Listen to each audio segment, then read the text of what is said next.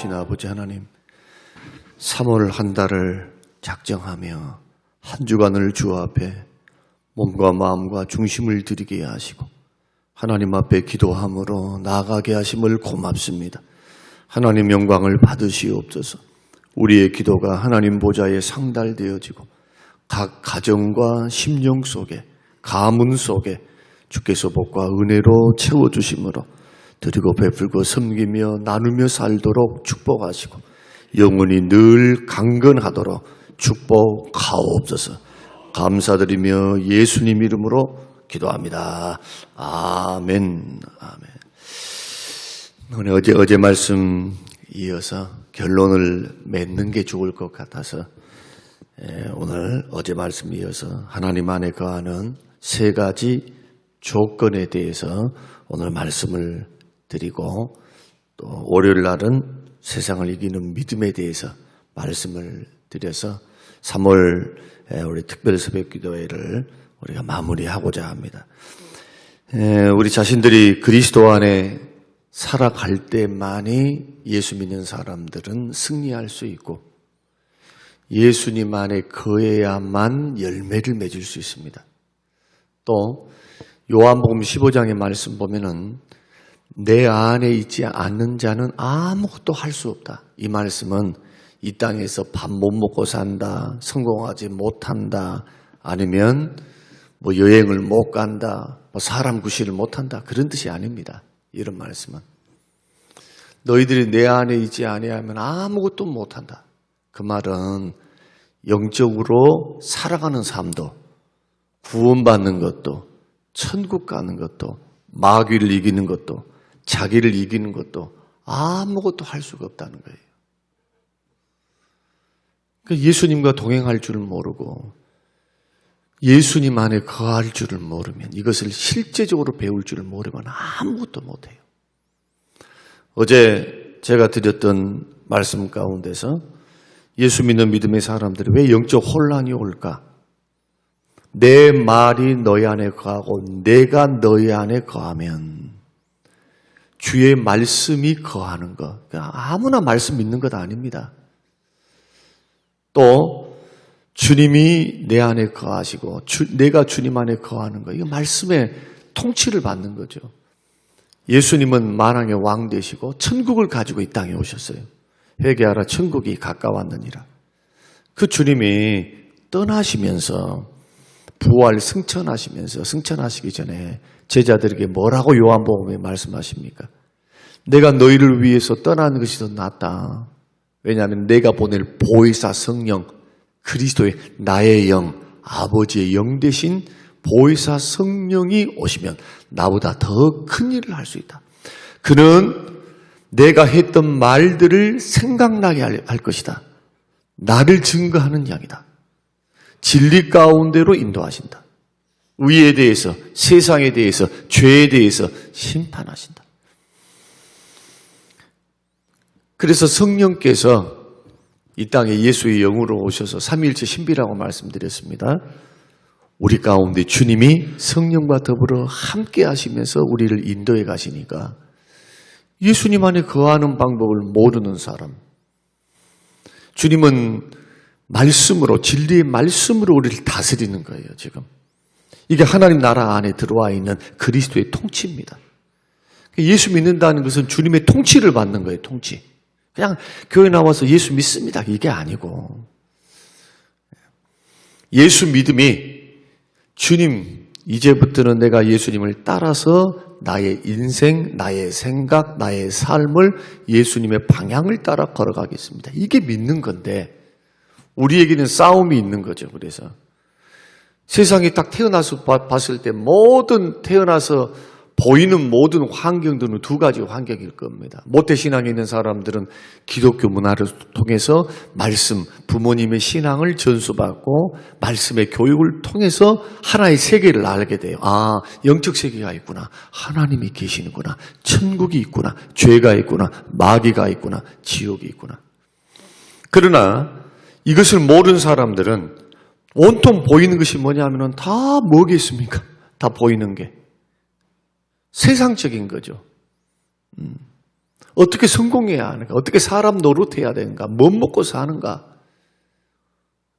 그래서 세상의 시스템, 그것도 문화라고 하는데 문화는 다 달라요. 나라마다 다 달라요. 나라마다. 삶의 가치도 다 달라요. 우리가 생각하는 자본주의 시대 이전에는 여러분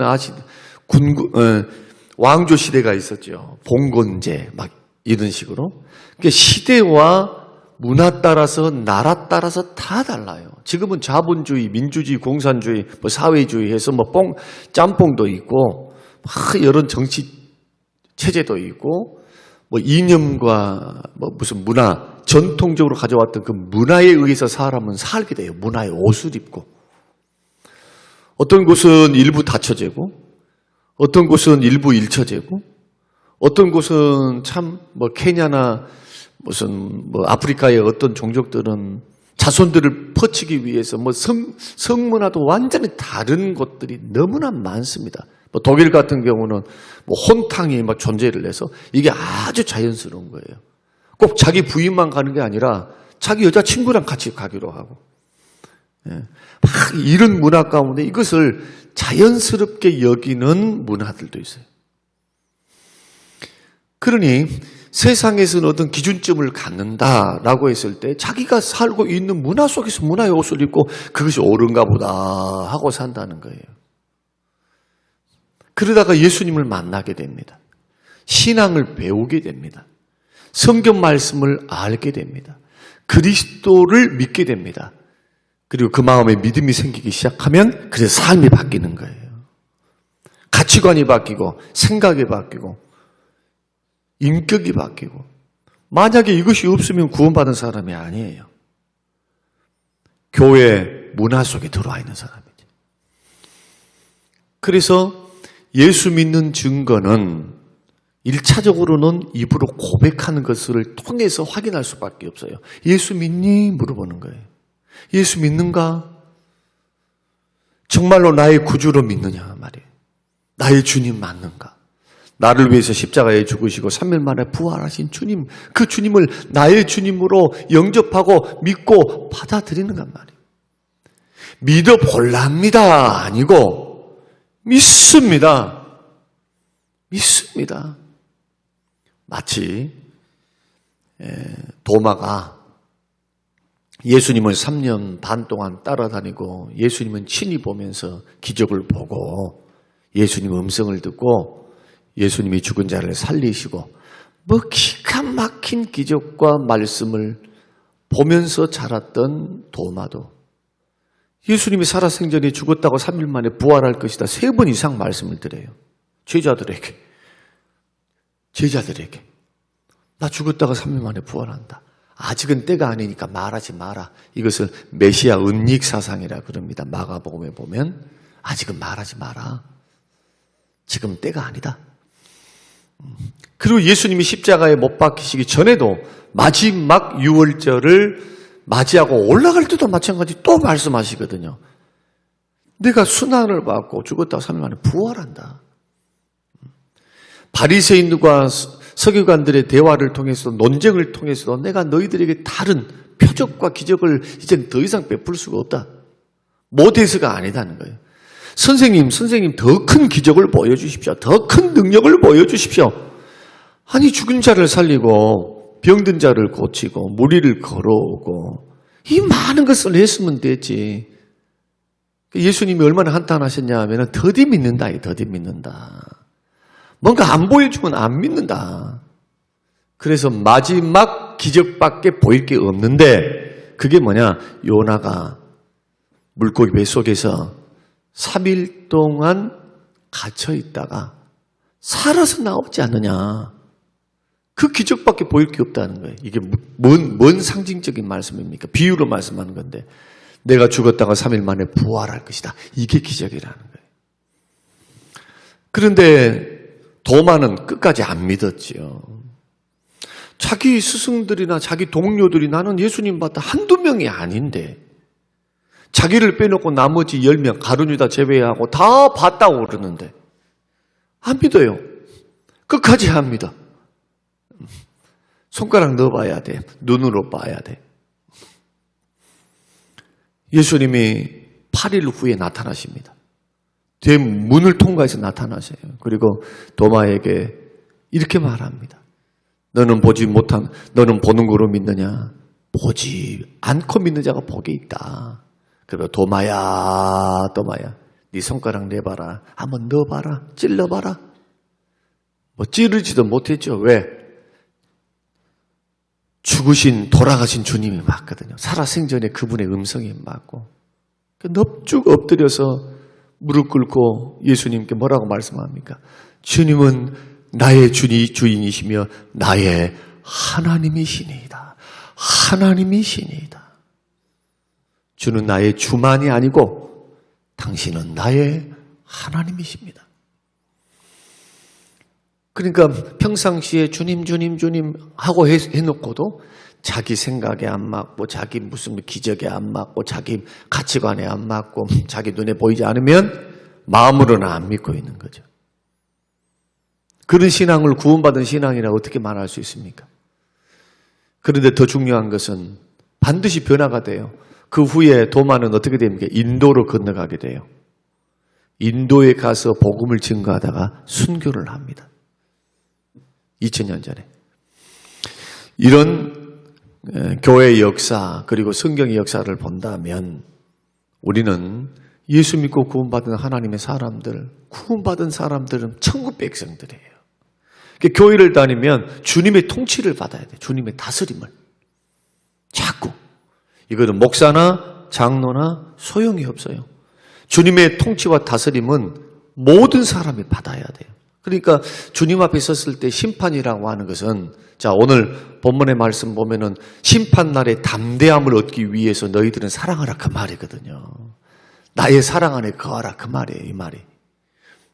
다시 말씀드리면 형제 사랑이라고 하는 것은 구원의 증거이면서도 그 날에 주님이 물으실 거라는 거예요. 너 계명 지켰냐 할 때 요한 1서에서 말하는 계명은 형제 사랑에 대한 계명이에요. 한마디로 말씀드리면 율법의 완성은 로마서 15장에 말씀한 것처럼 율법의 완성은 사랑입니다.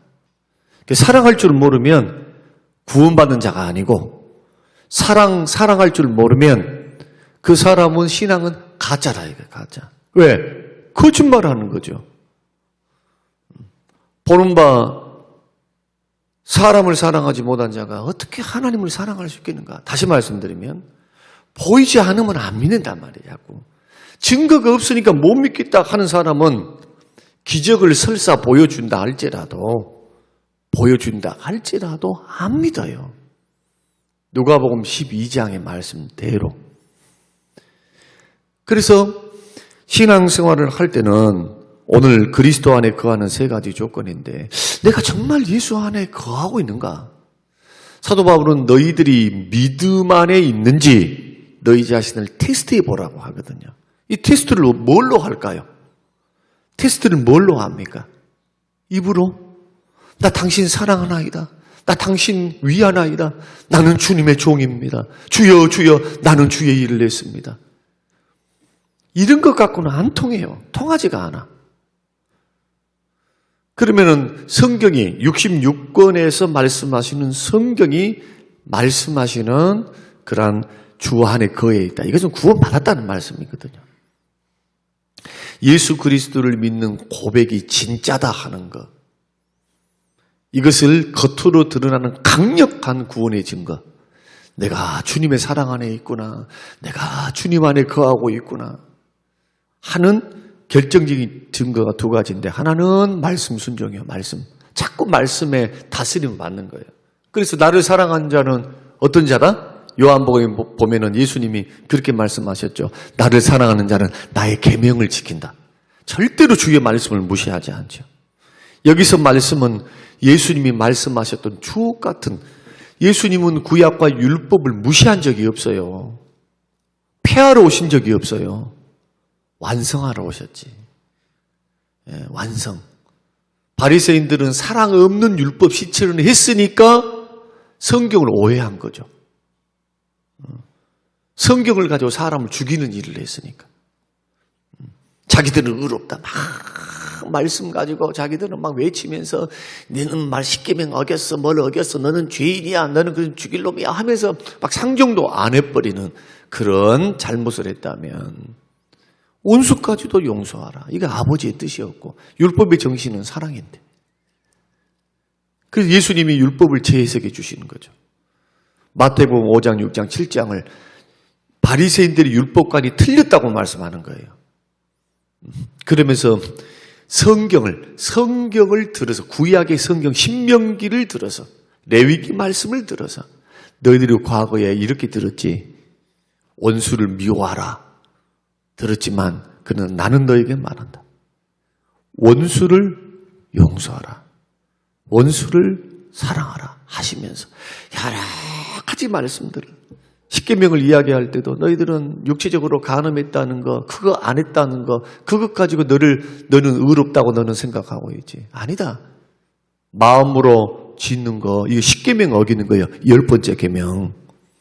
마음의 탐심, 이웃의 아내를 탐하거나 물질을 탐하거나 그러면 이미 탐심이 우상숭배고 그 탐심이 벌써 하나님 앞에 죄 짓는 거야. 시간만 지나봐라. 시간만 조금만 지나면 안 할 것 같은가? 이거 처리하지 않으면 새끼를 가요. 새끼를. 그래서 우리는 마음에서부터 마음을 지켜서 마음에서부터 죄를 몰아내는 거. 이게 회개 생활이에요. 자꾸. 그래 마귀가 장난을 안 치죠. 근데 말씀에 다스림을 받지 않고 자꾸 부정적인 거, 잘못된 악의 모양, 또 말씀을 무시하면서 그냥 사람들이 살아가는 육신의 본성을 가지고 사는 사람들. 이게 육신의 열매를 맺는 사람들이에요. 성령을 따라 사지 않고 육신의 소욕을 따라 정욕적으로 사는 거죠. 이러면 로마서와 갈라디아서 말씀 보면은 이런 사람은 소망이 없어요. 하나님과 원수가 되고 열매가 좋지 않아요. 열매가. 사랑, 희락, 합병, 오래 참음, 자비, 양성, 충성, 온유, 절제. 성령의 9가지 열매는 단수로 되어 있어요. 성령의 열매는 그렇게 말을 하지? 성령의 열매들은 그렇게 말씀합니까? 성령의 열매는 하나예요. 9가지가 아니라. 그 열매의 핵심이 사랑입니다. 그래서 사랑의 스펙트럼이 8개인 거예요. 사랑하니까 기뻐요. 사랑하니까 오래 참아요. 사랑하니까 충성해요. 사랑하니까 절제해요. 사랑하니까 온유해요. 사랑하니까 양선해요. 사랑하니까 절제할 줄 알아. 주님이 기뻐하지 않은 거. 형제들에게 대해서도, 삶에 대해서도, 나는 자유함이 있지만 형제가 시험받을 것 같고, 형제가 이것은 원하지 않을 것 같을 때는 내가 절제할 줄 아는 거예요. 내 자유를 제한하는 거. 이 고린도전서가 말씀하는 신앙 윤리죠. 생활 윤리. 그리스도인들의. 이런 모든 것들을 함축하는 것이 바로 그리스도 사랑 안에 거하는 것. 말씀 안에 거하는 삶. 지향점이 이것을 향해서 가야 되는데, 이것을 통해서 이것이 바탕이 돼서 가야 되는데, 이 바탕은 없고 일만 있어. 교회만 나와. 그래 놓고 믿음 좋다고 하는 거예요. 한국교회가 그랬다는 말이에요. 한국교회가. 성장주의라고 하는 게 들어와서. 그러니까 기독교 2000년 역사 가운데서 교회가 부흥돼가지고 타락 안 한 적이 어디 있습니까? 이제 물어보는 거예요. 막 돈이 있고 숫자가 많고 교회 건물 크게 짓는데 타락 안 한 곳이 어디 있어요? 오히려 가정교회에 있을 때, 핍박기에 있을 때, 어려움을 당할 때 하나님께서 그렇게 허용하시는 어려움의 시기에 믿음이 보석같이 빛나요. 여러분, 우리가 믿음의 길을 걸어갈 때 왜 끝까지 신앙의 성경이 말씀하시고 주께서 말씀하시는 그 원리를 따라 우리 인생을 그렇게 만들어 가야 하느냐. 여러분 점검하시기 바랍니다. 믿음의 길을 걸어갈 때 그냥 걸어가지 말고 교회가 시행하고 있는 프로그램을 잘 이수하고 아니면은 교회에 예배당 잘 나왔고 기도했고 이것만이 신앙생활의 어떤 메커니즘이 되면 이거 잘하면 다 믿음 좋다 할 거 아니냔 말이에요. 열매는 보지 못하고 나의 인격의 열매, 신의 성품에 참여하는 것, 형제를 대할 때, 이웃을 대할 때 잘 관계를 맺지 못하고 이런 것이 영적인 미성숙인데 이게 영적인 미성숙이에요. 성숙하지 못하니까 그래. 예. 고린도전서 2장과 3장 말씀 보면 육신에 속한 자이기 때문에 신령한 자가 아니니까 시기하고 다투고 분란이 있고 파당을 이루어서 네가 맞다 내가 맞다 아니다 기다 하면서 이런 식으로 걸어가는 거예요. 어른들은 넉넉히 품는 거예요. 어른들은 다 알아. 과정 다 겪어왔다. 넉넉히 품으면서 그리스도의 사랑으로 세워가는 사랑으로. 사도 요한은 끝까지 사랑을 외쳤어요. 끝까지. 그는 처음에는 우리의 아들, 천둥과 비바람의 아들이었지만 훈련받고 연단받아서 하나님의 사랑, 십자가의 사랑, 그 사랑을 체험하고 난 후에 그리고 그는 기가 막히게도 뭘 보게 됩니까? 천국을 보게 돼요.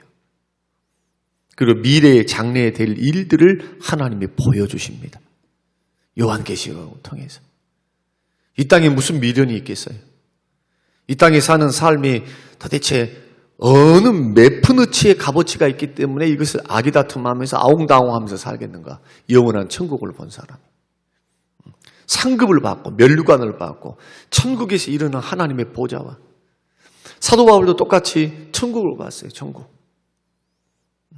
고린도후서에 보면은 우리는 믿음 생활을 할 때 이런 생활은 목사나 하는 것이죠. 모두가 그렇게 해야 돼요. 모두가 같이 천국 가니까.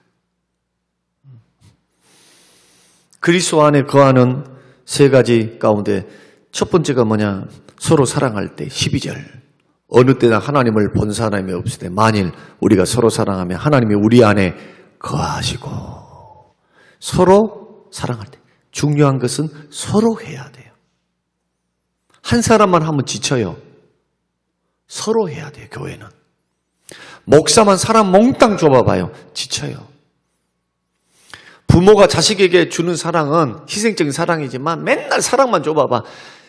자식들이 부모 사랑을 알고 조금이라도 마음을 이해하고 효도할 줄을 모르면 지친다니까요. 부모도 자식들이 여러 자식이지만 다 알아. 뭘 아냐? 니는 널널하다. 다 사랑하지만 아이고 니는 덜 돼서야. 너는 좀 됐다. 이번에 최근에 어떤 어르신 한 분이 저에게 하소연을 하는 겁니다. 목사님, 내 자식들이 6남매인데 한결같이 내 전화를 안 받아요. 나는 아프고 나는 힘들고 나는 혼자고 상담을 해. 어떻게 했으면 좋겠냐고. 그러면서 재산을 이제 영감님은 돌아가셔버리고 재산이 집 한 채 있는데 그것을 자기 아빠로 해달라고 저렇게 들들들 볶는데 내가 어떻게 해야 됩니까? 절대로 하면 안 됩니다. 죽을 때까지 절대 주지 마세요. 이것을 옮기는 순간 효도, 지금도 전화도 안 받고 지금 과거부터 그랬으니까 알아요. 지금만 그런 게 아니에요. 자식들이. 곰곰이 생각해보면 참 씁쓸하고 그 사람들이 그분들이 다 예수를 안 믿으면 몰라도 또 믿고 있어 또. 참 이러한 부분들을 보면서 부모의 마음, 옆에서 보는 마음 참 안타깝다 생각할 수밖에 없겠죠. 부모 자식 간에도 이러한 것이 있어야 돼요. 자식들은 부모를 알아줘야 돼. 무조건 희생만 강조하지 말고 우리 아버지 엄마는 괜찮을 거야. 아니요. 나이가 들면 다 아니요. 서운해. 섭섭해. 더 헤아려 드려야 돼. 더. 조그만한 거라도. 이제 저도 어머니가 옆에 계셔서 행복하고 감사하고 고맙고 나이가 들어가면서 이제 저도 내일 모레 이제 60이 되어 가는데 벌써 깜짝 놀랄 일이죠. 50대 중반에서 이제 후반을 향해서 걸어가고 있는데 곰곰이 생각해 봅니다. 전화를 이제는 자주 드리게 됐어요. 전화를. 근데 전화를 자주 드리는데 이제는 나 잘 지내고 있다 이런 식으로 끝나요. 전에는 일이 바쁘니까 불과 몇 년 전의 이야기입니다만은 전화도 안 하고 왜? 내 할 일이 복잡해. 교회 일도 복잡해 죽겠고 내 마음도 몸도 지금이야 회복이 되니까 더 이제 그런 가운데 있는데 여하튼 서로 사랑할 때 내가 주 안에 거하고 있는 것을 알게 된다. 그 다음에 두 번째는 16절. 하나님이 우리를 사랑하시는 사랑을 알고 믿었다. 15절. 누구든지 예수를 하나님의 아들이라 시인하며 하나님이 그 안에 거하시고 그도 하나님 안에 거한다. 이 말은 뭐냐? 예수 믿을 때 주님 앞에 주의 사랑 안에 거하는 건데, 주 안에 거하는 건데, 이 믿음이 뭐냐는 거예요, 도대체. 어떤 믿음이냐는 거예요. 16절이 우리를 사랑하는 사랑을 알고 믿는 믿음입니다. 그러면 우리를 사랑하는 알고 믿는 믿음이 어떤 믿음이냐? 나를 위해서 독생성자를 십자가에 죽게 하셔서 나를 구원하신 사랑이에요. 이것을 알고 믿는 거예요. 다시 한번 말씀드립니다. 여러분, 단순히 예수 믿으면 구원받아요. 예수 시인해라 라고 하는 믿음하고 이거하고 예수님이 정말로 나를 위해서 죽어주셨구나. 이게 실제 사건이구나. 내가 죄인이구나. 나를 위해서 갈보리에서 예수님이 십자가에 못 박혀 죽으셨구나. 그런데 아버지 하나님께서 나 같은 죄인 살리기 위해서 하나밖에 없는 독생자를 보내주셨구나. 이게 아버지의 사랑이구나. 이것을 알고라고 할 때 이 알은 지식적인 알이 아니에요. 체험적인 알이에요. 체험적인 알. 이것을 알고 믿는 거예요. 이 십자가에 부딪힘이 있는 거예요. 부딪힘. 이것이 있어야 형제를 사랑하죠. 머리로만 알고 지식으로만 알고 그랬어? 한 사람. 그래서 형제에 대해서 용서를 못하고 미워하고 판단하는 죄를 쉽게 범하는 거예요. 누구처럼? 바리새인들처럼. 그런데 십자가를 만난 사람은 그렇게 할 수가 없어요. 왜? 나 같은 죄인, 억만 가지 수만 가지 죄악으로 영주고 지옥 갈 죄인이거든요. 저는 신앙생활을 하면서 목회자들을 많이 대하잖아요. 그래도 목사님들은 목사님들이야. 그래도 아무리 좀 인격적으로 뭐 어쩌고 해도 목사님들 정말 구원받은 목사님들은 다르구나 할 때가 언제냐. 어떤 의견 대립이 있고 뭐가 있고 이렇게 해도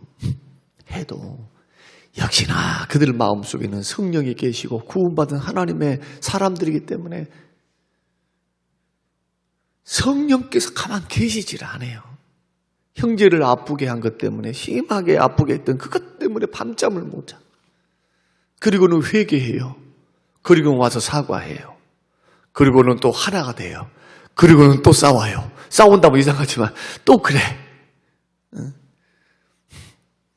미운 정 고운 정 든단 말이 그 말이더라고요. 보니까. 그럼 결국 어떻게 하느냐. 미워는 한테 가까이 할 수 없는 상처가 있는 거죠.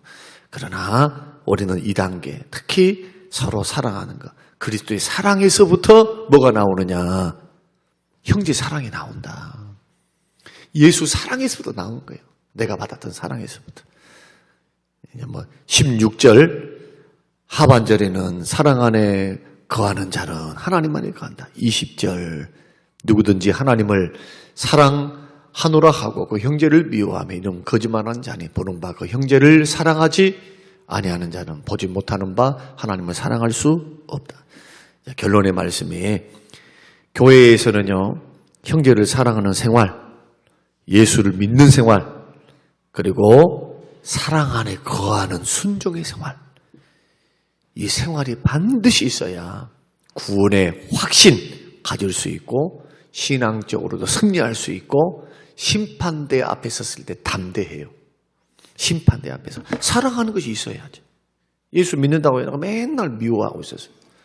그런 사람이 심판대 앞에 주님 앞에 딱 서 있는데 가장 큰 계명 성경 율법이 사랑인데 율법 자체가 사랑이에요. 사랑해야만 지킬 수 있는 것인데 두려운 거예요. 심판대 앞에가. 스스로 자기가 두려울 거예요. 오늘 신앙생활 절대로 헛되게 하지 마시고 교회 안에서 무슨 많은 일들이 있어요. 많은 것이 있어.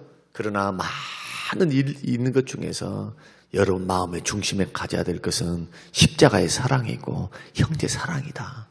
이것을 기억하시고 우리가 중직자가 되어서 앞으로 3월달 무슨 9월달 돼서 뭐 중직자가 되어서 교회를 받들다 보면 뭐 이런 일 저런 일 있을 수 있어요. 그러나 본질을 잊어버리면 아니함만 못해요. 반드시 사랑이 기초되어서 하나님 앞에 사랑을 부어주셔서 사랑으로 섬기고 사랑으로 마음으로 자꾸 사랑으로 신앙생활을 할 수 있는 그러한 주여 내가 되게 해달라고 여러분 변화를 위해서 기도하시는 평생의 삶이 되시기를 주님의 이름으로 축원합니다. 고마우신 아버지 하나님 고맙고 감사합니다. 주시는 귀한 말씀을 우리가 붙들고 우리의 신앙을 점검합니다.